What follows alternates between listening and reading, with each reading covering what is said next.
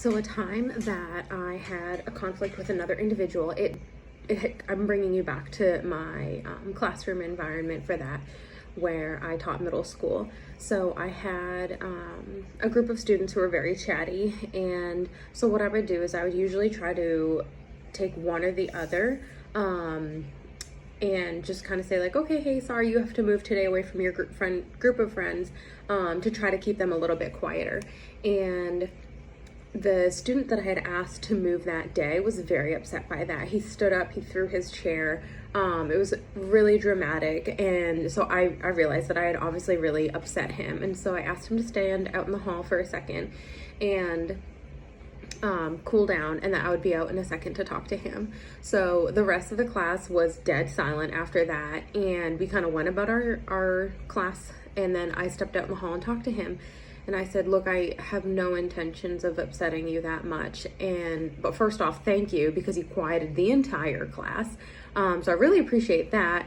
But I said, look, that was not my intention at all. And I was like, my thought process on that was that yesterday I moved your body, so today I was going to move you. And he was pretty adamant that he was not the offender that day. And so I listened to him. I listened to his side of what happened, and after explaining myself, and I said, okay, well, I have absolutely no problems with you. What can we do moving forward so that way we can keep the class where it's functional, where it's quiet enough, but that you don't feel like I'm picking on you, but we're still able to get done what we need to get done.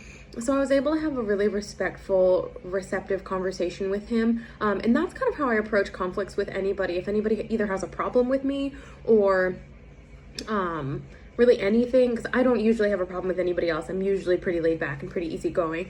So if somebody feels that they have a problem with me or upset with me for some reason, I usually try to have just a really respectful, frank conversation and say, oh, okay, like my apologies if that's what you felt, or if I made you feel a certain way or anything like that. What can we do moving forward? So definitely solution focused, to ensure that everybody's happy and is able to do what they need to do.